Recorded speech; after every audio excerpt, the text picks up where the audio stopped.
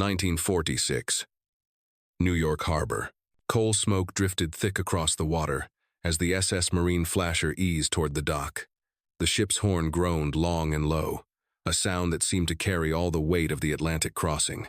Below deck, hundreds of German women stood pressed together, each clutching a small suitcase, their eyes holding equal parts hope and terror. They were the German war brides, wives of American soldiers they had met during the chaos of war.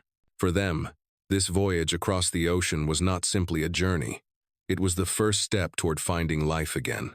But when their feet touched the gangway, silence fell like a curtain. The Americans waiting on the dock did not cheer.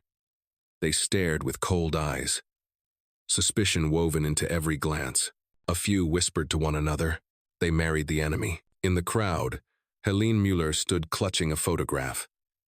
She was 26 years old, thin from months of rationing, her dark hair tied back with a faded ribbon. The man in the photo wore an American uniform. She had not seen him since 1944. She believed he was still alive. She believed he was waiting somewhere in this vast country she had never seen. But what awaited her on that dock was not a welcoming embrace. It was a letter that carried news she could not yet imagine.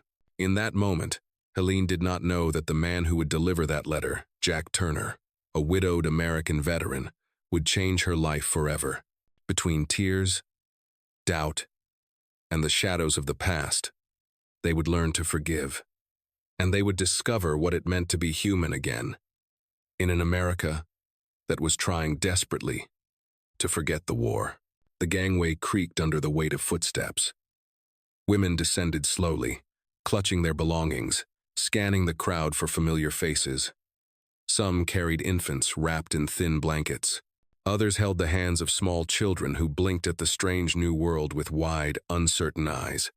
The air smelled of salt water and diesel fuel and something else, something harder to name. Distrust, perhaps, or grief that had not yet found words. Helene moved with the crowd, her legs unsteady after weeks at sea. She had imagined this moment 1,000 times during the crossing. She had pictured her husband's face in the crowd, his arms reaching for her, his voice calling her name. But now that she stood on American soil, the dream felt fragile, like glass held too tightly. A man in a worn military jacket pushed through the crowd. His face was weathered, his eyes tired, but kind. He carried an envelope in one hand. Jack Turner had been asked to deliver it.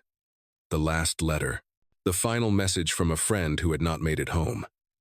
When he looked up and saw Helene standing there, something stirred in him. Compassion, perhaps, or recognition of a pain he knew too well. He approached slowly. She saw him coming and her heart lifted for just a moment. Then she saw the envelope. Then she saw his expression, and she understood. The ship behind them let out another long, mournful horn. The sound echoed across the harbor, across the city, across the distance between who they had been and who they were about to become. Jack stood before Helene, the letter heavy in his hand. Around them, the crowd surged and voices rose in reunions, both joyful and strained. But in the space between them, there was only stillness. He had rehearsed what he would say. He had practiced the words during the train ride to the harbor, during the long wait on the dock. But now, looking at her face, at the hope still clinging there like morning frost, the words felt impossible. She looked at the envelope, then at him. Her lips parted, as if to ask a question, but no sound came. She already knew. The heart knows, before the mind accepts. Jack extended the letter toward her. His voice was quiet, nearly lost beneath the noise of the harbor. "Mrs. Müller, I served with your husband. He asked me to give this to you if anything happened." Her hands trembled as she took it. The paper was worn, folded and refolded many times. She did not open it immediately. She simply held it, staring at the handwriting on the front. Her name, written in English, in a hand she recognized from a lifetime ago. "He spoke of you often," Jack said. "He wanted you to know that he loved you, that he never stopped." Rain began to fall then. Light at first, then heavier. The crowd scattered toward covered areas, but Helene stood motionless, rain soaking through her coat. The letter pressed against her chest. Jack stayed beside her, uncertain whether his presence was a comfort or an intrusion. When she finally opened the letter, her fingers moved carefully, as if the paper might disintegrate. She read in silence, her eyes moving across the lines, her expression shifting from hope to understanding to something darker. Grief. Yes, but also something like abandonment, like being set adrift in an ocean with no shore in sight. When she finished reading, she folded the letter and looked up at Jack. Her eyes were dry. The tears would come later, in private, in the dark. "He is gone," she said simply. Not a question, a statement of fact. "Yes," Jack said. "I'm sorry." She nodded slowly. Behind her, the ship's engines rumbled as it prepared to depart. The sound of machinery, of movement forward, of life continuing whether one was ready or not.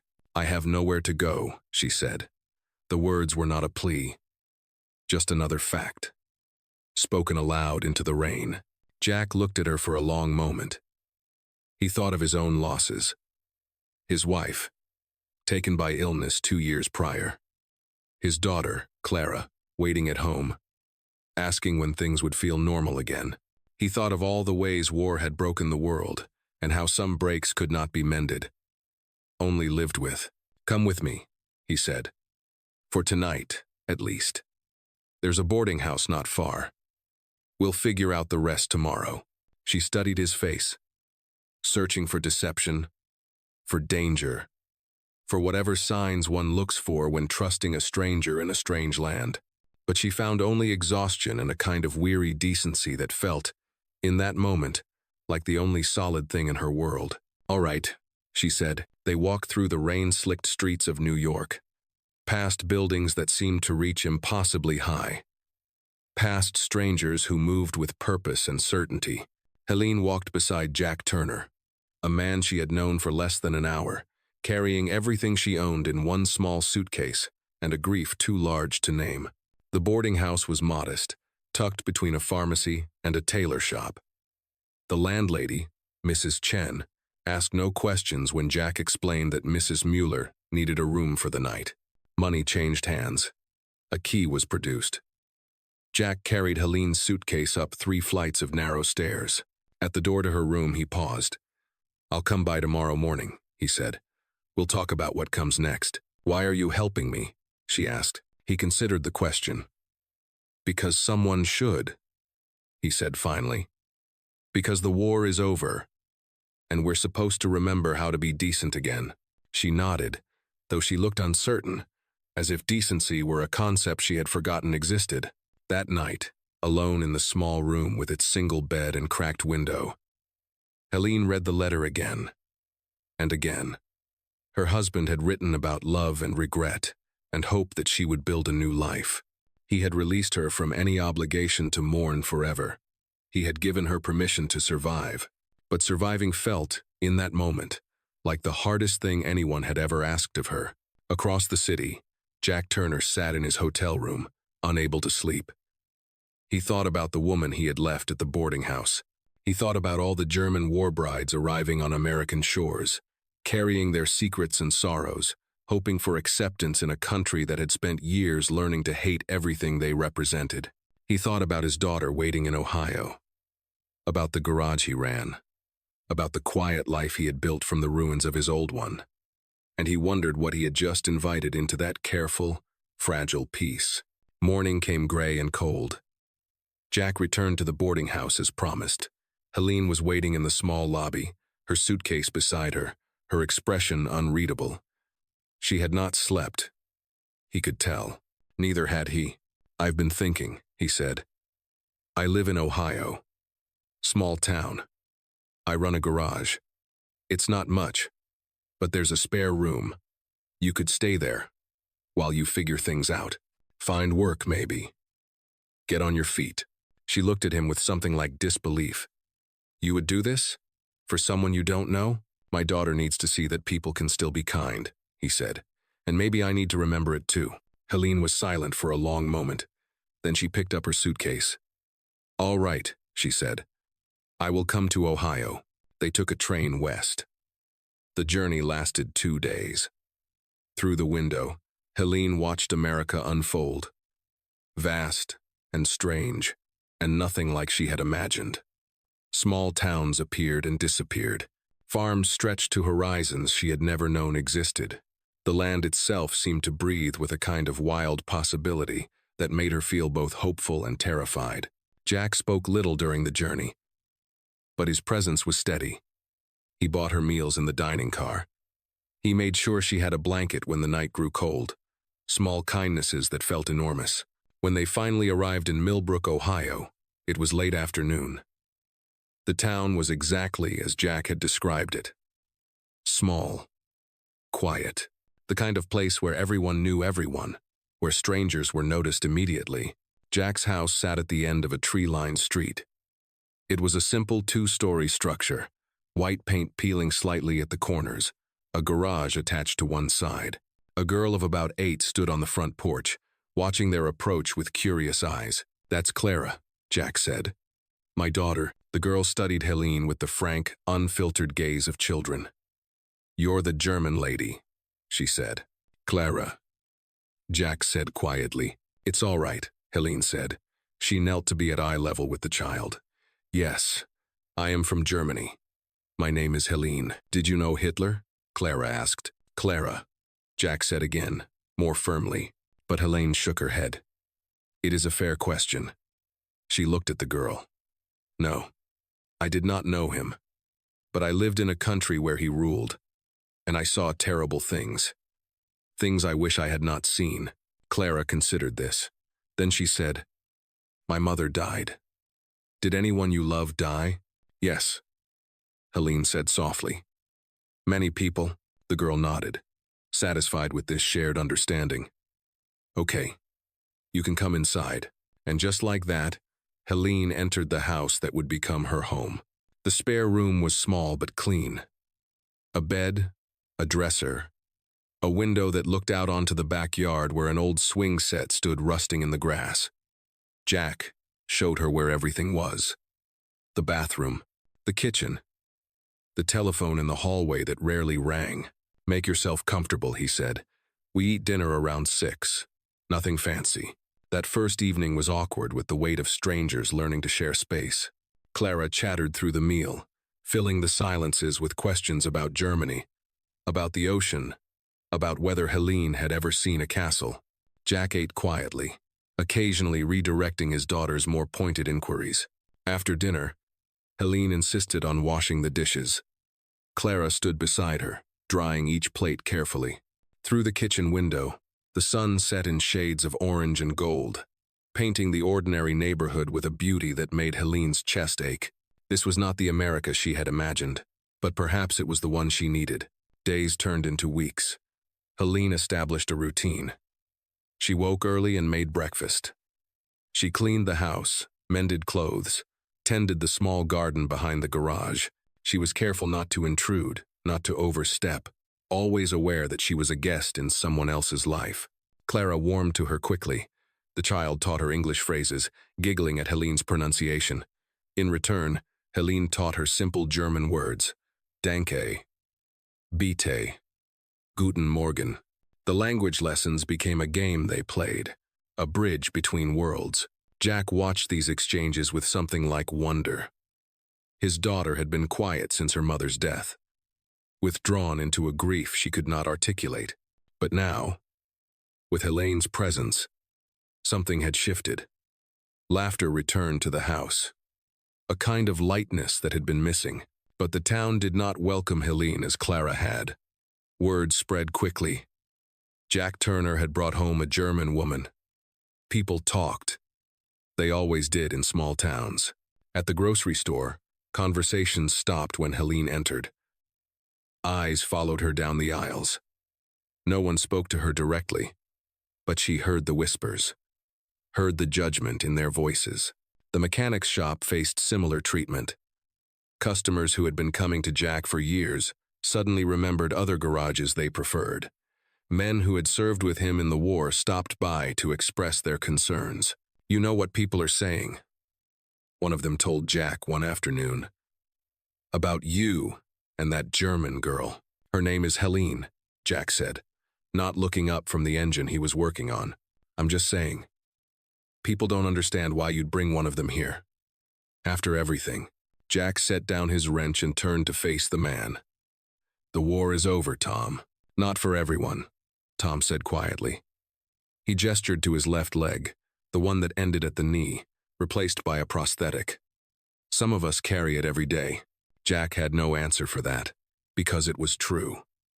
The war had ended on paper, in treaties and surrender documents. But in the bodies and minds of those who had fought it, the war continued.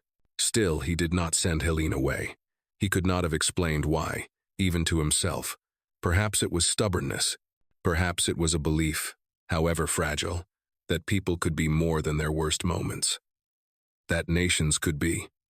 2. At night, when the house was quiet, Helene sat by the window in her room. She thought about Dresden, about the night the sky turned red and the world became fire. She remembered running through streets that no longer existed, past bodies that would never be identified, carrying nothing but the clothes she wore and a desperate need to survive. She had been a nurse during the war, had tended to soldiers on both sides, German and Allied alike. In the prison camp where she worked, she had done what she could to ease suffering, even when it meant defying orders, even when it meant risking her own safety.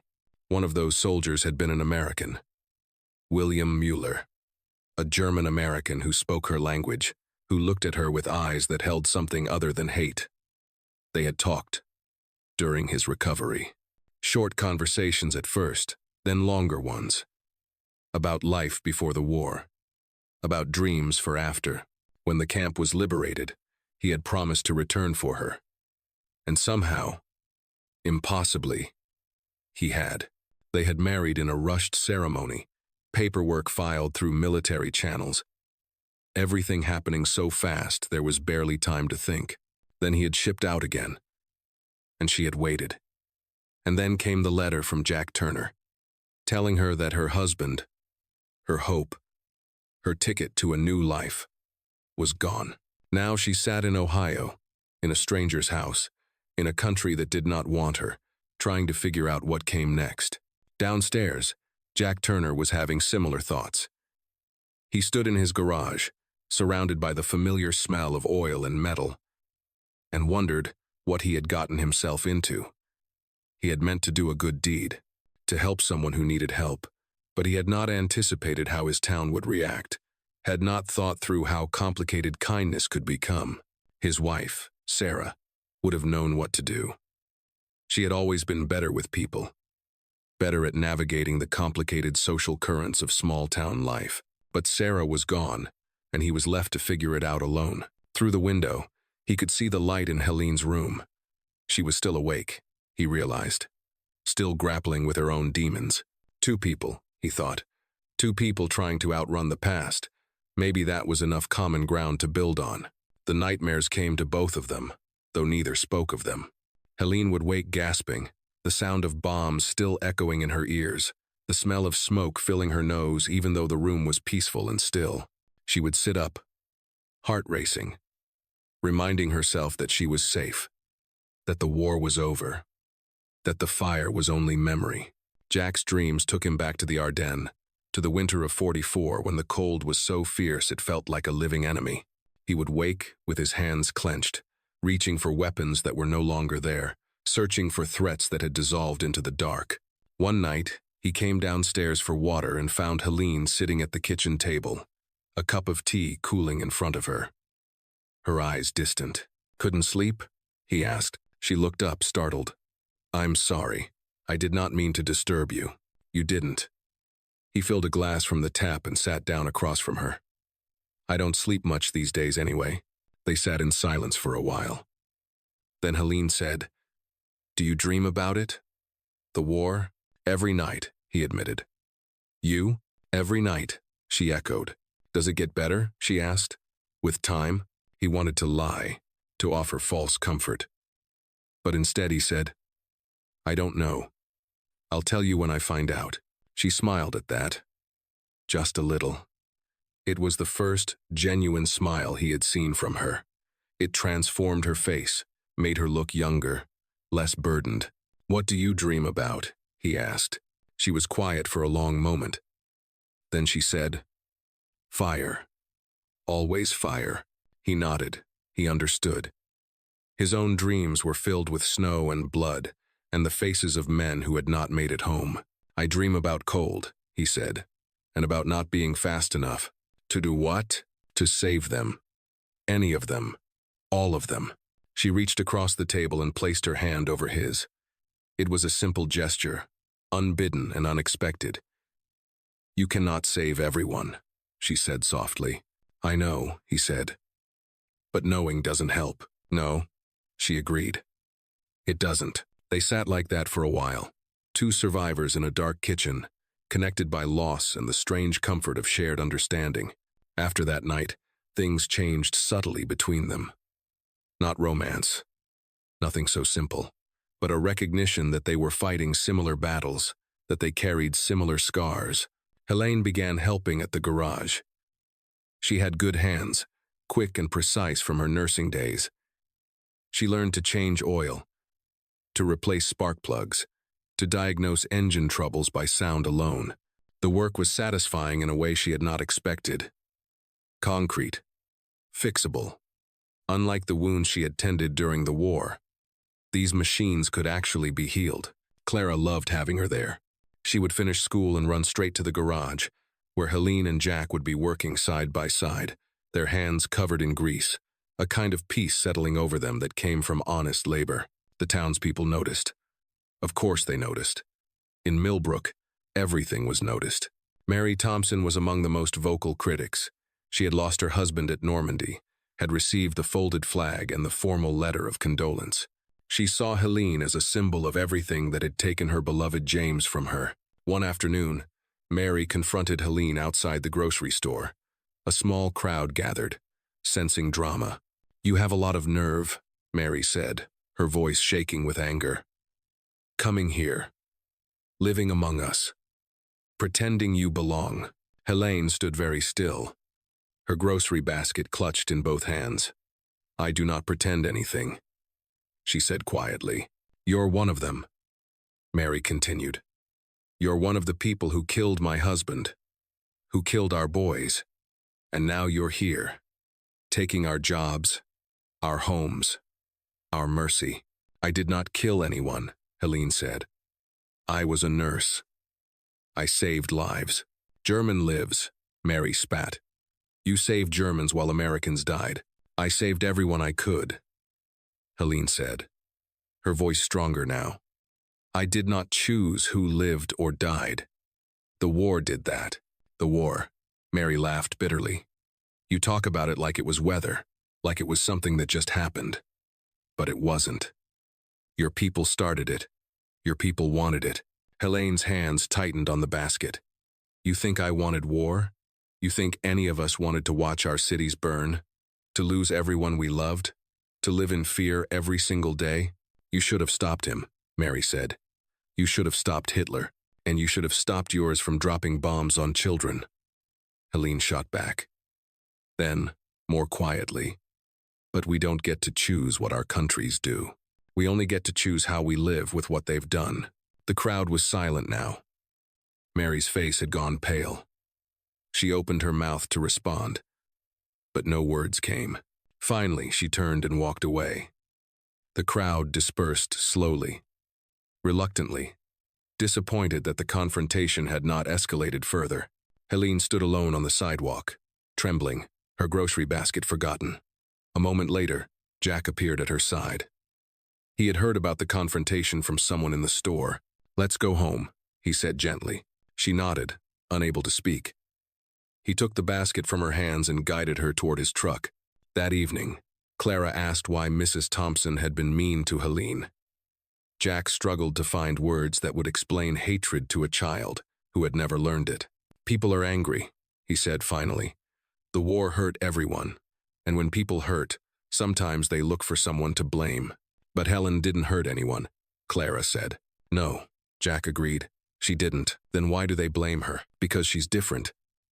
Because she's from the place they learned to hate during the war. And they haven't learned how to stop hating yet. Clara frowned, considering this. Then she said, "That's stupid." Jack smiled despite himself. "Yes," he said. "It is. But stupid or not, the hatred was real. And it was getting worse." A week later, someone spray-painted the word traitor across the garage door. Jack arrived in the morning to find it, the red paint still wet and dripping. He stood staring at it for a long moment, something cold and hard settling in his chest. Helene saw it when she came out to help with the morning's work. Her face went very still. "You should send me away," she said quietly, "before this gets worse." "No," Jack said. "They will not stop. You know this. They will make your life impossible. Clara's life impossible. I don't care. But I do," she said. "I cannot let you lose everything because of me." He turned to face her. "You want to know what I lost? I lost my wife to illness I couldn't afford to treat. I lost friends in a war that shouldn't have happened. I lost the ability to sleep through the night without dreaming about dead men in the snow. That's what I lost." He gestured at the garage, at the hateful word painted across it. This is just paint. Just ignorance. I'm not losing anything that matters." "What about Clara?" "Clara is learning that we stand up for what's right even when it's hard. Especially when it's hard. That's not a loss. That's a gift." Helene looked at him for a long moment. Then she picked up a brush and a can of white paint. "Then we paint over it," she said. They worked together in silence, covering the slur with layer after layer of white until it disappeared completely. It took most of the morning. By the time they finished, neighbors had gathered to watch. Some looked ashamed. Others looked angry that the message had been erased, but Jack and Helene said nothing.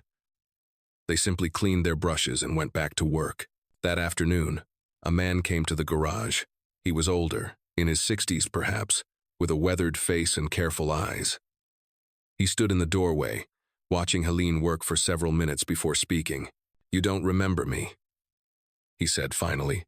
Helene looked up, startled. She studied his face, searching her memory. Then her eyes widened. "The prison camp," she whispered. "You were there." He nodded slowly. "I was. POW. Captured in 44. She stood, wiping her hands on a rag, her heart racing. "I remember. You had pneumonia. Everyone thought you would die. I should have," he said.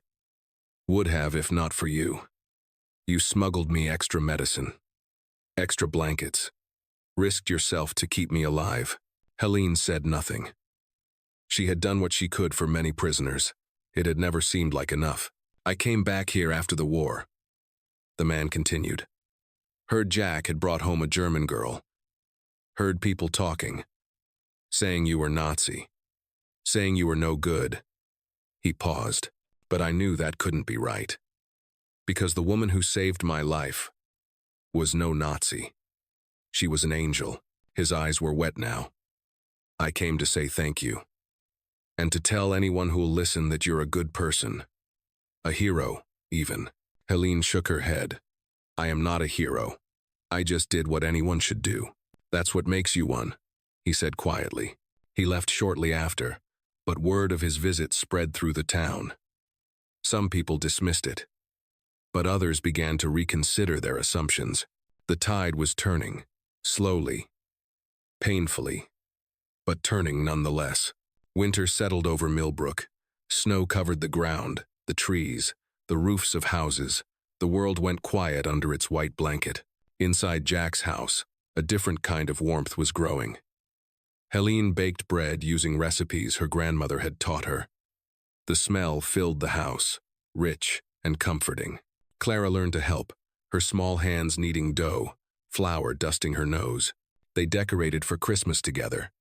Jack brought down boxes from the attic, ornaments wrapped in newspaper, a small artificial tree that had seen better days. Helene taught Clara German carols. Clara taught Helene American ones.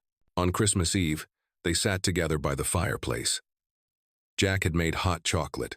Clara had fallen asleep on the couch, her head in Helene's lap. The radio played softly in the corner, Bing Crosby singing about white Christmases.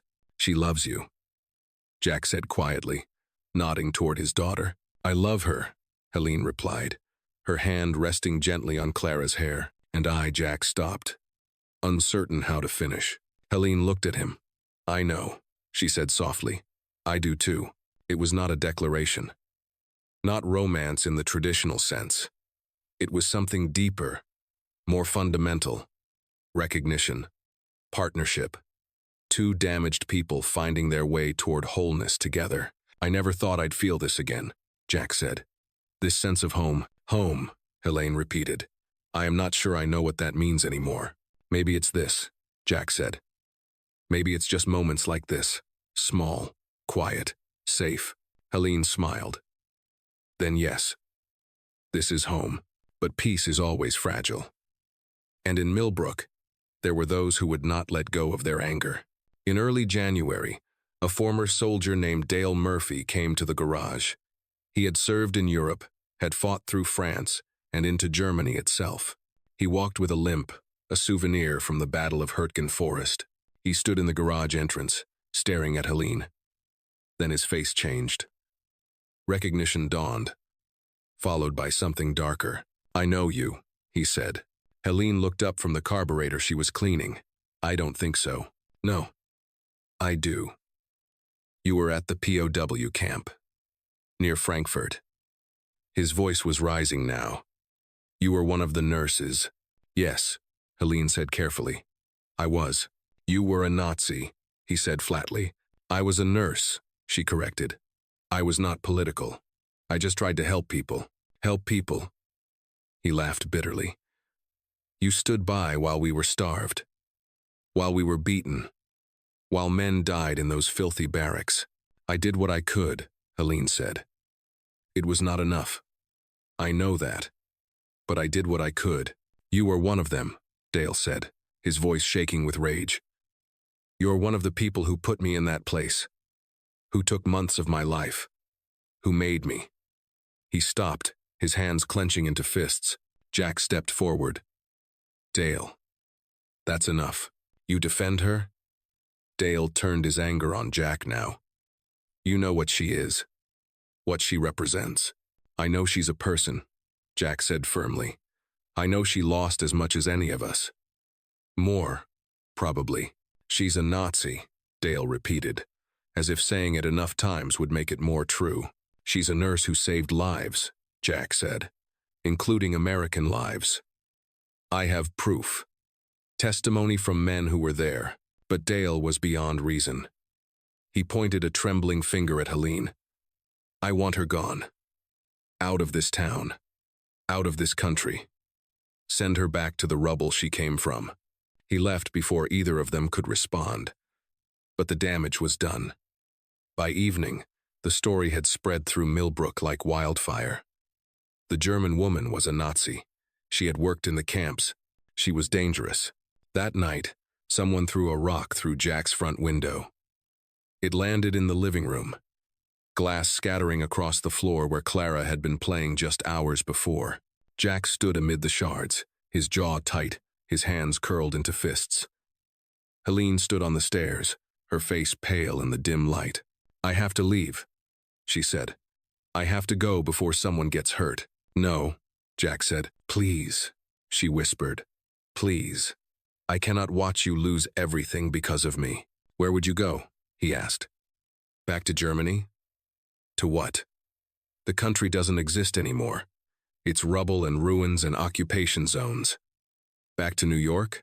To live alone in some boarding house, hated by everyone, belonging nowhere? It would be better than this." "No," he said again, more gently. "It wouldn't." He walked up the stairs until he stood just below her. "Listen to me. I know you're scared. I know you feel like a burden. But you're not. You're part of this family now. You're part of Clara's life. Part of my life. And I don't care what people say. I don't care what they think. We stand together. They will destroy you," she said. "Then we'll rebuild," he replied. "That's what we do. That's what survivors do." She looked at him with eyes that held too much pain. too much history. But also, finally, a glimmer of something like hope. Together, she whispered. Together, he confirmed. The town meeting was called for Saturday evening at the First Methodist Church. Everyone in Millbrook seemed to be there, packed into pews and standing along the walls. The mood was tense, expectant. Dale Murphy stood at the front, his voice carrying through the space. We have a problem in this town. We have one of them living among us, working among us, pretending to be one of us. Murmurs of agreement rippled through the crowd. I say we send her back, Dale continued. We owe her nothing. We owe ourselves everything. More agreement. Louder now. Jack stood up. May I speak? The room went quiet. People turned to look at him. Some of you know me, Jack said. Some of you served with me. All of you know I lost my wife, that I'm raising my daughter alone, that I've never been one for drama or politics or any of this. He paused, gathering his thoughts. Helene Müller came here with nothing. She lost her husband, her country, her home. She came to America looking for a new start. And what did we give her? Suspicion, hatred, paint on walls and rocks through windows. She's a German, someone shouted from the back. So was my grandfather, Jack replied. So were a lot of our grandparents. We're a nation of people from somewhere else. That's supposed to be our strength, not our shame. This is different, Mary Thompson said. She was one of them during the war. She was a nurse, Jack said. She saved American lives. I have statements from 3 men who were in that POW camp. Men who say Helene Müller risked her own safety to help them, to keep them alive. He pulled papers from his pocket, unfolded them. Tom Bradshaw. You all know Tom. He was there. He says Helene smuggled him medicine when he had dysentery, probably saved his life. Henry Walsh from over in Springdale. Same story. And Dale here. Whether he wants to admit it or not, Helene was one of the nurses who treated his leg when he first arrived at that camp. Dale's face went red. That doesn't change what she represents. What does she represent? Jack asked. A woman trying to survive, trying to rebuild, trying to be decent in a world that wasn't decent to her. He looked around the room, meeting eyes, holding gazes. The war is over. We won. We get to decide what that victory means. Does it mean we become the very thing we fought against? Hateful, cruel, unforgiving, silence. Then, from the front row, an elderly woman stood up. Mrs. Patterson, who had lost 2 sons in the war, cleared her throat. I want to say something, she said, her voice surprisingly strong. I have every reason to hate Germans. My boys died fighting them. I get letters from their friends telling me what they saw over there. The camps, the killing, all of it. She paused, her hands gripping the pew in front of her. But I also remember what my pastor said the day the war ended. He said, now comes the harder part. Now we have to remember how to love our enemies. I didn't understand what he meant then. I thought he was crazy. She looked directly at Helene, who stood at the back of the church, half hidden in shadow. But maybe he was right. Maybe the real victory isn't in defeating them. It's in not becoming them. Another silence. Then another person stood. And another. Not everyone, but enough. A man named Robert Chen spoke about his parents being held in internment camps during the war, about understanding what it meant to be judged for your ancestry rather than your actions. A woman named Sarah Goldman talked about her relatives in Europe, about loss that transcended nationality. And slowly, painfully, the mood in the room began to shift. Not complete acceptance, not forgiveness, all at once, but a crack in the wall of hate. A small opening through which light might enter. Dale Murphy remained standing at the front, his face dark with anger. You're all fools, he said. You'll regret this. He stormed out, slamming the church door behind him. A few others followed. But most stayed. Finally, the pastor stood. I think we've heard enough for tonight. This is not something we'll resolve in one meeting. But perhaps we can agree on this much. Helene Müller has committed no crime. She has the right to live here, work here, exist here. Whether we welcome her warmly or simply tolerate her presence, that's up to each of us individually. But we will not drive her out. We will not be a town that tears itself apart over one woman's nationality. It was not the rousing endorsement Helene might have hoped for, but it was enough. It was permission to stay. After the meeting, people filed out slowly. Some nodded to Jack as they passed. A few even nodded to Helene. Mary Thompson walked by without looking at either of them. Her face set in stone, but she did not spit, did not curse. It was a small victory, perhaps, but a victory, nonetheless. Outside, in the cold January night, Jack and Helene stood by his truck. Clara was with a neighbor, spared from witnessing the spectacle. "Thank you," Helene said quietly. "For speaking, for standing up. You would have done the same," Jack said. "I don't know," she admitted.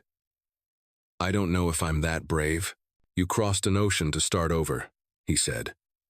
"You wake up every day in a place that doesn't want you and keep going anyway. That's the definition of brave." She smiled, though tears were starting to fall now. All the fear and stress of the past weeks finally breaking through. "I am so tired," she whispered. "I know," he said. He put his arm around her shoulders, a gesture of comfort, of solidarity. "Let's go home. Home." The word still felt strange in her mouth, but less strange than it had before. Winter turned slowly toward spring. The snow melted, revealing brown grass and mud and the first tentative shoots of green. The garage stayed open, though business remained slow. Some customers returned, sheepish, apologetic. Others stayed away, their boycott a quiet but persistent form of judgment. But Jack and Helene managed. They fixed cars, painted the fence, planted seeds in the garden behind the house. Clara grew an inch, lost a tooth, learned to ride a bicycle without training wheels. Life, in other words, continued. Smaller than before. Perhaps. Quieter. But real. One morning in March, a Navy officer arrived at the house. He wore his dress uniform, his face grave and formal. Jack answered the door, his heart immediately sinking. Official visits were never good news.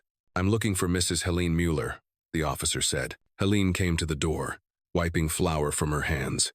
She had been making bread. "Yes? Ma'am, I have something for you." He handed her an envelope. "This letter was discovered in a Navy facility in Virginia. It was written by your late husband but never sent.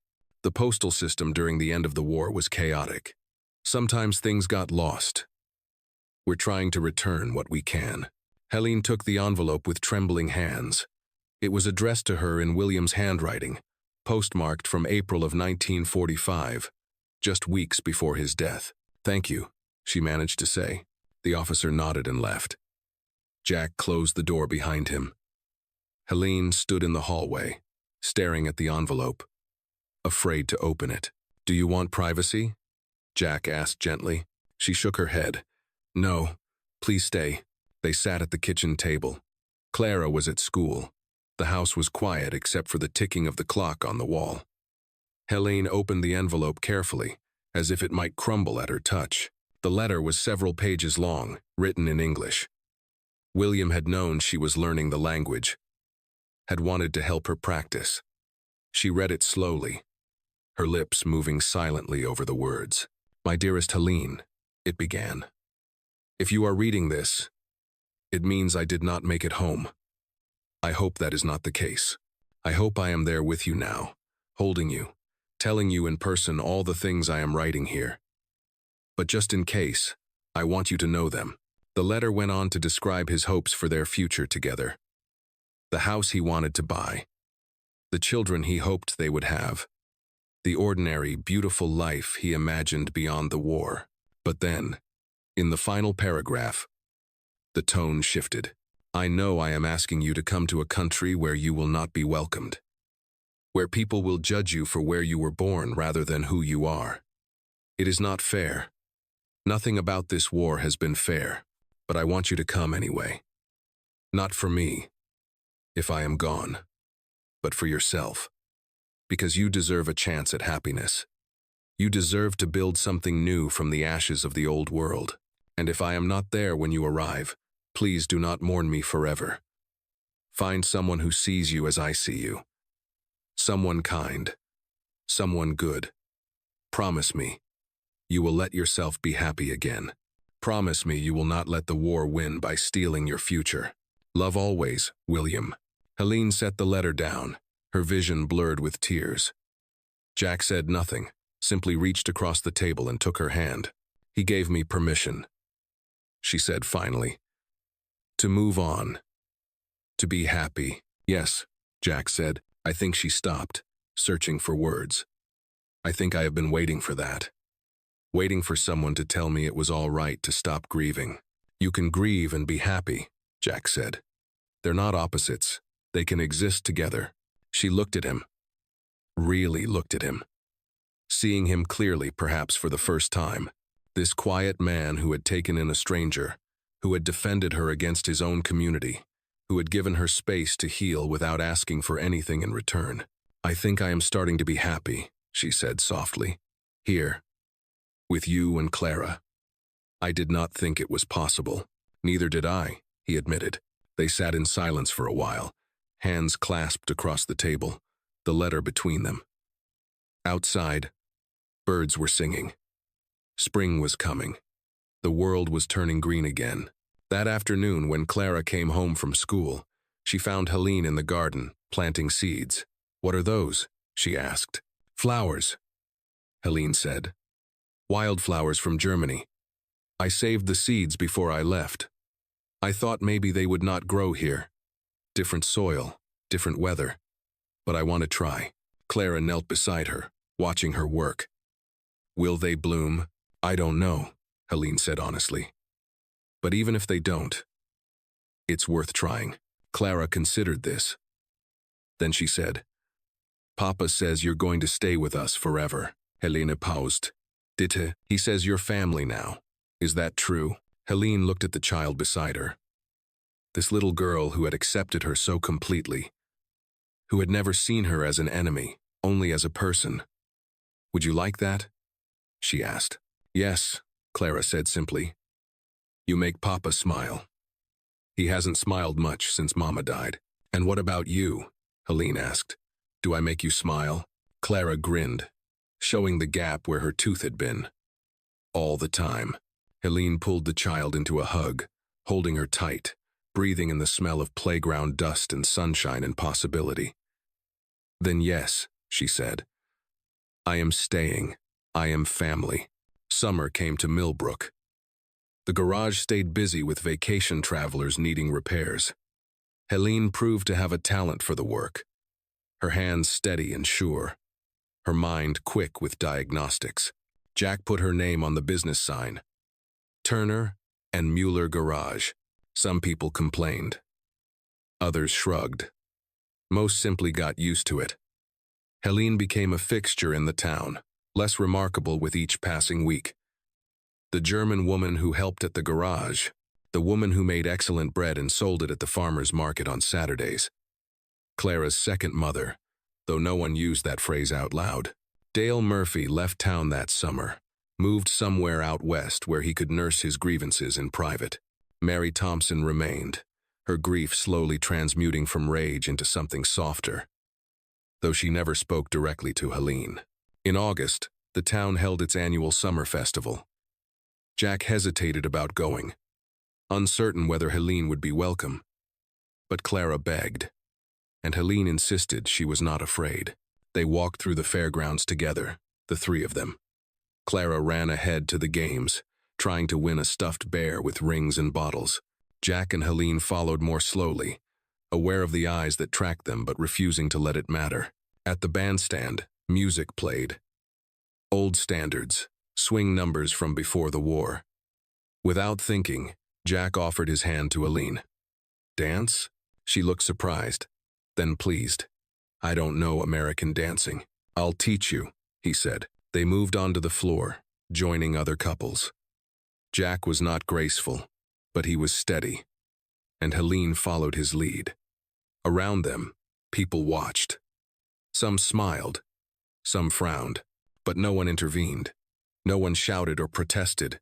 It was, in its way, a kind of acceptance. Not perfect, not complete, but real. As they danced, Helene said quietly, I never thought I would feel this way again.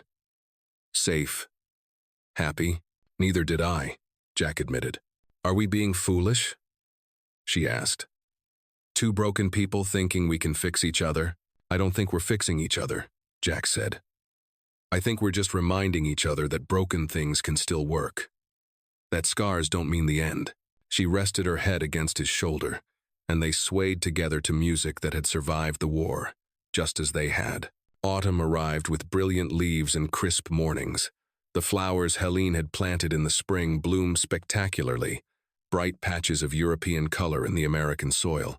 She took cuttings, started new plants, shared seeds with neighbors who asked. Clara started 3rd grade. She wrote an essay about her family that mentioned Helene prominently. The teacher read it with raised eyebrows but said nothing. Times were changing, slowly, imperceptibly, but changing nonetheless. In October, Jack closed the garage early one Friday afternoon. He told Helene he had errands to run, asked if she would watch Clara. She agreed, curious but not pressing. He returned 2 hours later with a ring. Nothing fancy, just a simple gold band with a small diamond. He had bought it from the jeweler in town, the same man who had sold him his first wedding ring 20 years earlier. That evening, after Clara was asleep, he and Helene sat on the porch. The air was cool, autumn settling in for good. He took the ring from his pocket. I know this is complicated, he said. I know people will talk. I know your husband has only been gone 2 years, and my wife 3. And maybe it's too soon. But I also know that life is short and uncertain, and we've both learned that the hard way. He held out the ring. I'm not asking you to forget William. I'm not trying to replace him. But I'm asking if maybe we could build something new together. Something that honors both our pasts but doesn't stay trapped in them. Helene looked at the ring, then at him. Tears were forming in her eyes, but she was smiling. You want to marry me? Even with everything it will mean? The gossip? The judgment? I want to marry you because of who you are, Jack said simply. Everything else is just noise. She took the ring from his hand, slipped it onto her finger. It fit perfectly. Yes, she said. Yes, I will marry you. They married in November, a small ceremony at the courthouse with Clara as their only witness. No church wedding, no reception, no announcement in the newspaper. Just 3 people and a judge, making something official that had already become true. That night, they had dinner at home, the 3 of them. Clara had made a cake with Helene's help, lopsided and overly sweet but made with love. They ate it while sitting on the living room floor, laughing at nothing and everything, a family stitched together from loss and luck and stubborn hope. Winter came again, the second since Helene had arrived. But this time, she watched the snow fall without fear. She had a home now, a family, a place where she belonged. The garage stayed open through the cold months, the wood stove glowing in the corner, keeping Jack and Helene warm as they worked. They fell into an easy partnership, anticipating each other's needs, moving around each other with practiced efficiency. In the evenings, they taught Clara her lessons at the kitchen table. Mathematics and spelling and history that had to be rewritten now that the war was over and the world had changed. Helene helped with the German lessons that Clara's teacher struggled with. Jack helped with the science experiments that Helene still found mysterious. They were ordinary, beautifully, wonderfully ordinary. And that ordinariness felt like the greatest gift either of them had ever received. One evening in February, nearly 2 years since Helene had first stepped off that ship in New York, she stood at the kitchen window watching snow fall. Jack came up behind her, wrapped his arms around her waist. "What are you thinking about?" he asked. "About how far I've come," she said. "Not just in distance. In everything. I was so lost when I arrived. So certain I would never find my way. And now I am found," she said simply. She turned in his arms to face him. "You found me. Clara found me. I found myself. We found each other," he corrected. She smiled. "Yes, we did." They stood together in the warm kitchen, looking out at the cold world, safe and together and home. Spring returned. The third spring since the war had ended. Helene's flowers bloomed again, bigger and brighter than before. She had expanded the garden, teaching Clara how to tend the plants, how to coax beauty from dirt and water and patience. The garage had a waiting list now. Word had spread about the quality of their work, about the fair prices and honest dealings. People came from neighboring towns, some of them German Americans who had been afraid to show their heritage during the war, who saw in Helene a kind of permission to be themselves again. In May, Helene discovered she was pregnant. She told Jack on a Sunday morning, the words simple and stunning.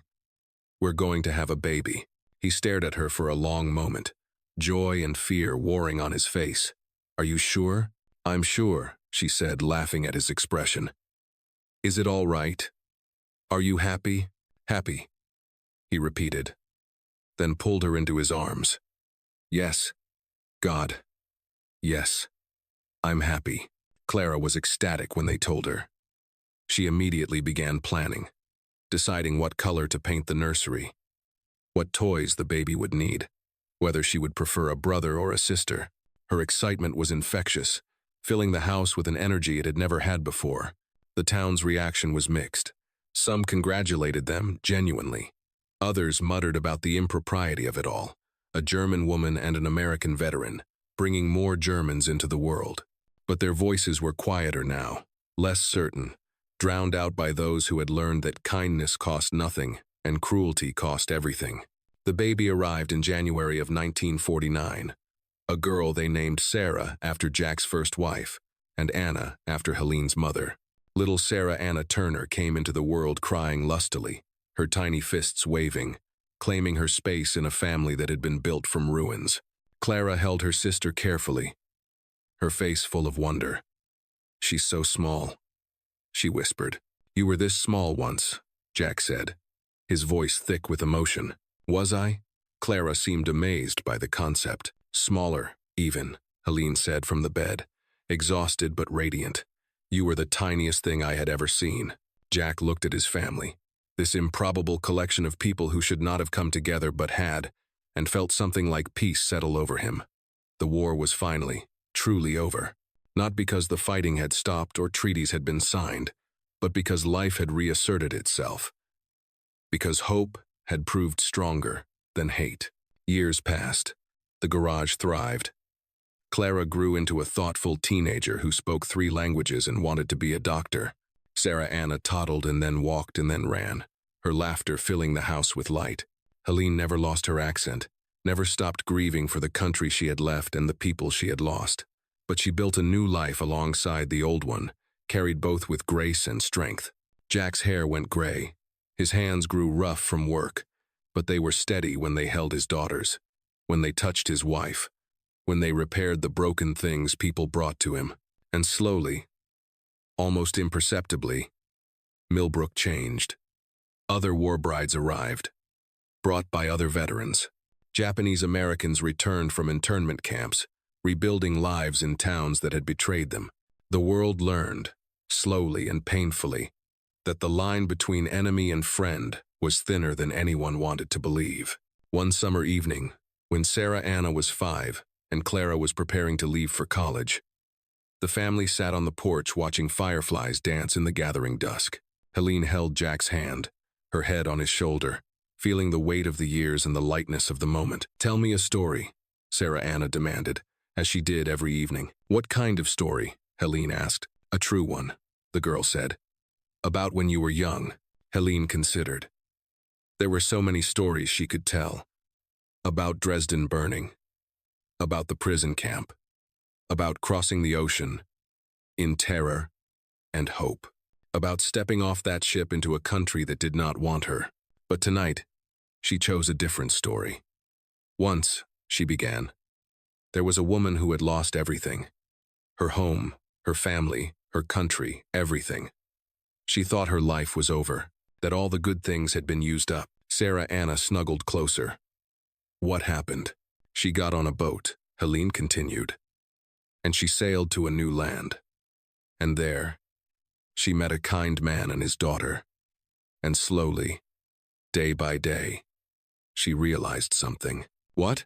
Sarah Anna asked. That endings are not always endings, Helene said. Sometimes they are beginnings in disguise. Clara, listening from her spot on the porch railing, smiled. Jack squeezed Helene's hand. Sarah Anna nodded seriously, as if this were a great truth she would carry with her. And maybe it was. Maybe that was the story worth telling. Not about war, or loss, or suffering, though those were part of it, but about what came after, about the stubborn, difficult, beautiful work of building peace, one day, one choice, one act of kindness at a time. The fireflies continued their ancient dance. The evening air smelled of cut grass and Helene's flowers and something else, something indefinable. The smell of home, perhaps, of family, of second chances gratefully taken. Are there more stories? Sarah Anna asked sleepily. Thousands, Helene said. We have our whole lives to tell them. And they did. In that house at the end of the tree-lined street. In that town that had learned slowly to see beyond nationality to humanity. They built a life, made of stories. Stories of loss and survival, of fear and courage, of hatred overcome and love discovered. They were not perfect. They carried their scars, their nightmares, their grief. But they carried them together. And that made all the difference. The war had tried to teach them to hate, but they had learned something else instead. They had learned that peace is not the absence of conflict, but the presence of grace. That home is not a place, but a choice. That family is not only blood, but also the bonds we forge in the fire of shared suffering and shared joy. Helene had come to America speechless, shocked by the coldness of her reception, uncertain whether she would survive. But she had not just survived. She had lived, had loved, had built something beautiful from the ashes of everything that had burned. And on summer evenings like this one, with her family gathered close and the world at peace, at least for this moment, she understood what her husband had meant in that final letter. The war had taken so much, but it had not taken everything. It had not taken the capacity to hope, to trust, to begin again. We didn't come to find America, she thought, watching her daughters, holding her husband's hand. We came to find peace, and against all odds, impossibly, miraculously, we did.